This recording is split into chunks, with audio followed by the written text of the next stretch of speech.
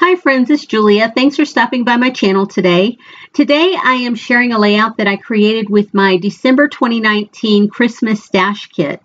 And I was inspired to create this layout by Christy's Beautiful Life. Her YouTube channel in November of 2019, she hosted a 30 days of sketches. And so I've been following along with the whole process of following her sketches to scrapbook these Christmas layouts, though I've not done it on a day-to-day basis like she was doing.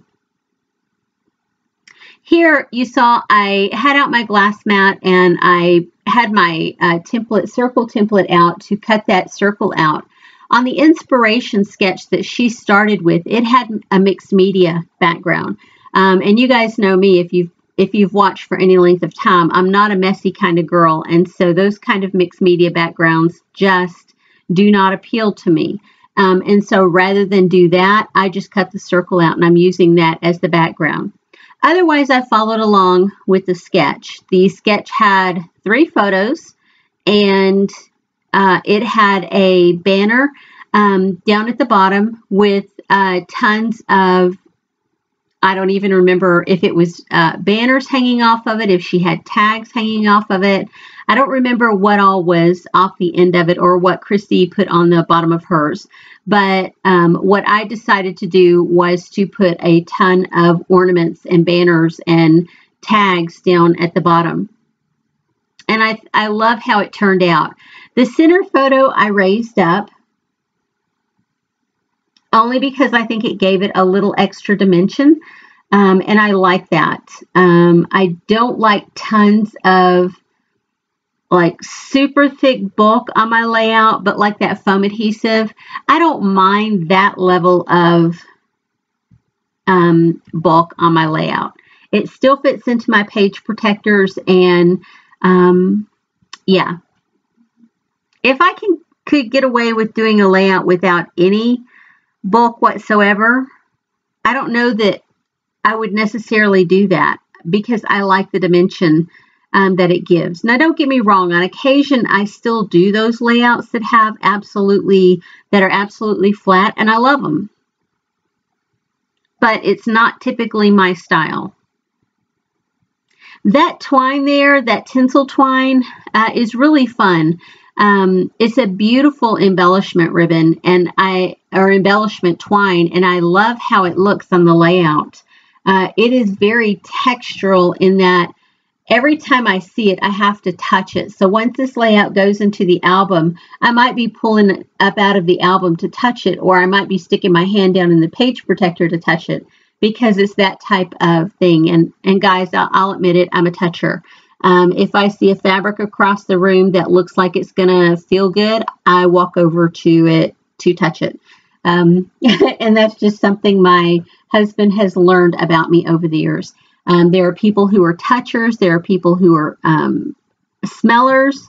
You know, they smell all the odors wherever they go. They open every book and smell on the inside. They open plastic and smell the inside. That's not me. Yeah, I'm not a smeller, but I am a toucher. If I see, you know, anything that looks like it's going to be super soft, I want to touch it. And that's kind of how, not that I think that twine is going to be super soft. It's just got that texture that I want to touch all the time. So here I am. I'm going across there and I'm putting the ornaments down. I put the one tag down that says Merry Christmas on it. And now I'm putting the ornaments across the page. Another thing that I did was I had pulled in those My Mind's Eye brads, and they had those 3 little ornaments, the round ornaments, the blue, the red, and the white. And so what I did was I just popped those up, took the brad out of them, popped them up on some foam adhesive, and staggered them across the page. Now I will go through here and add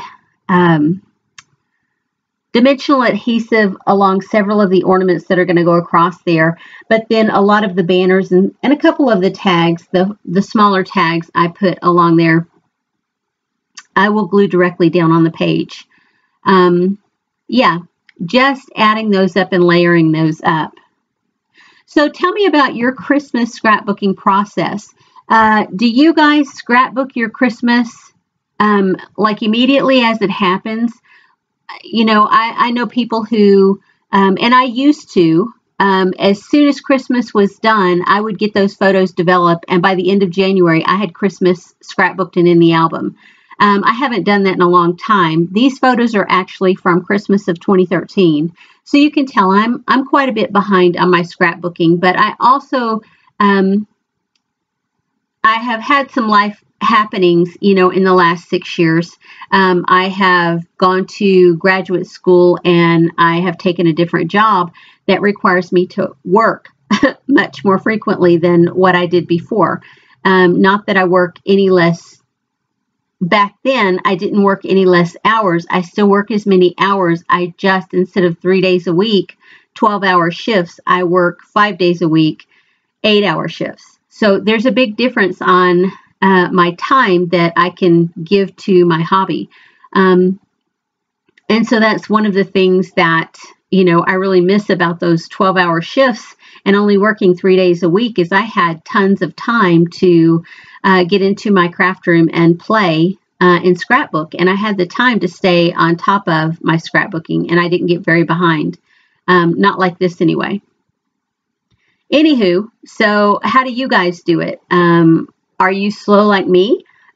Just get around to it when you get around to it? Or are you one of those people that does it immediately after it happens? You have those layouts done in the album.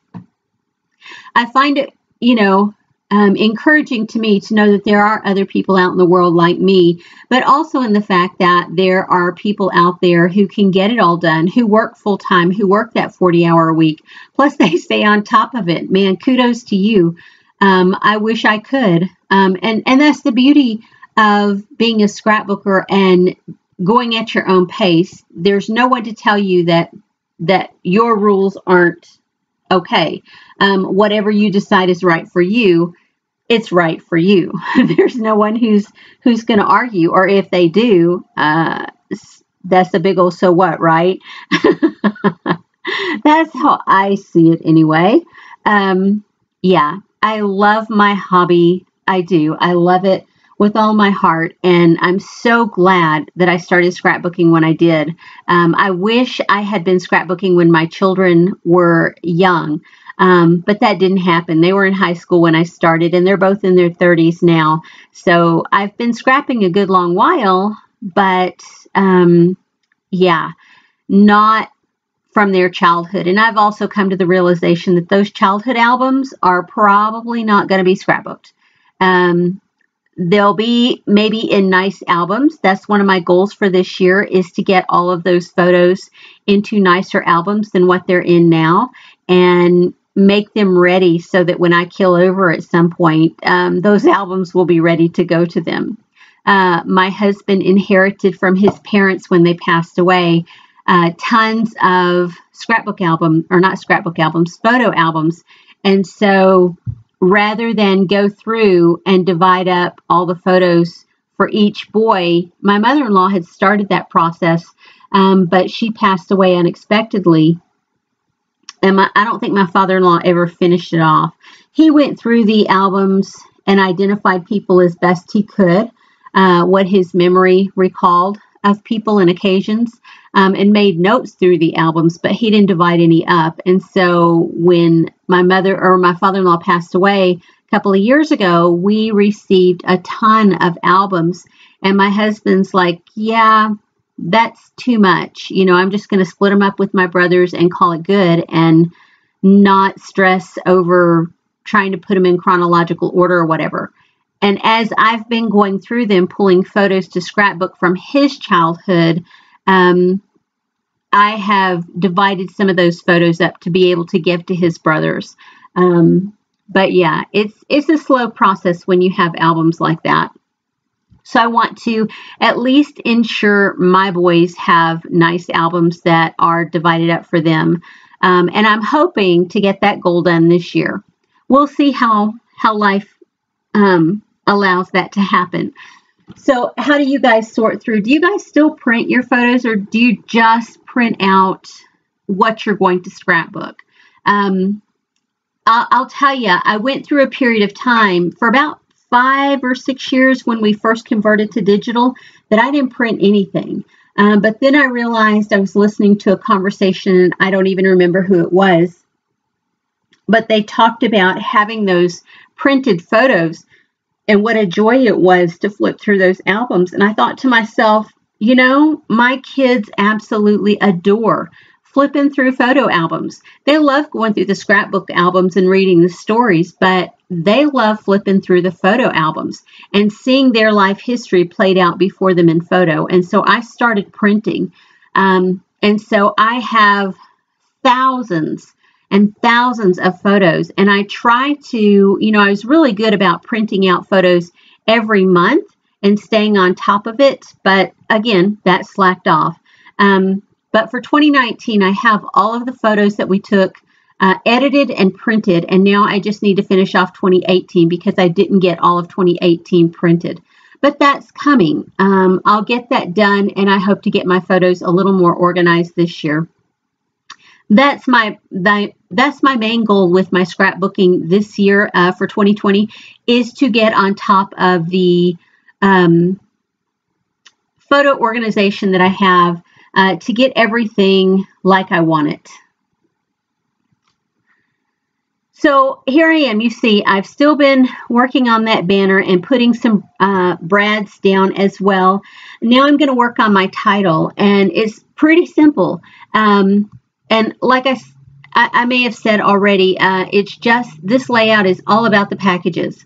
You know, everything we get, we wrap for the kids for Christmas time. Well, inside each package that we wrap is another package that they then have to open. When they were babies, it was easy to take a sack and open all the toys and put into the sack and let them open that and play with all the toys, and they were content. But as they've gotten older, each toy comes with more and more pieces. So that becomes a little bit more impossible to do. So I miss those days, and I really hate all the packaging that comes at Christmas time. So anywho, I love to create layouts on my channel that uses up my stash. Right now, because I just joined the Felicity Jane Scrapbook Kit Club, I am using a lot of the new product that I got with them, but there's a lot of older product down there, like in the ornaments and banners and stuff. Those are older product, and that's okay. These alpha tiles are from the last year. Yeah, and I'm okay with that. I really like using older product to create layouts that look fresh and new. And if that inspires you or interests you, please stick around and subscribe to my channel, because that's what I do a lot of times. I really enjoy that whole creative process of using that old stash mixed in with some of the newer stuff to make it look fresh and exciting. There, I made some journal spots, journal tags there, and I'm going to pop them up on some foam tape. And what I did was I took some scrap white cardstock and I just put a piece of washi tape along the bottom, and then did my journaling on top of that. And yeah, and called it good. And those will go along the top there. Anywho, I hope you guys enjoyed watching this video. I would love if you would flip me a thumbs up. And again, like I said, if you're interested in seeing layouts that use your stash, please feel free to subscribe.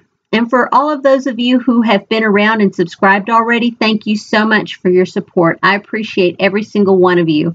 And I will see you guys on the next video. Have a great day, everyone. Bye-bye.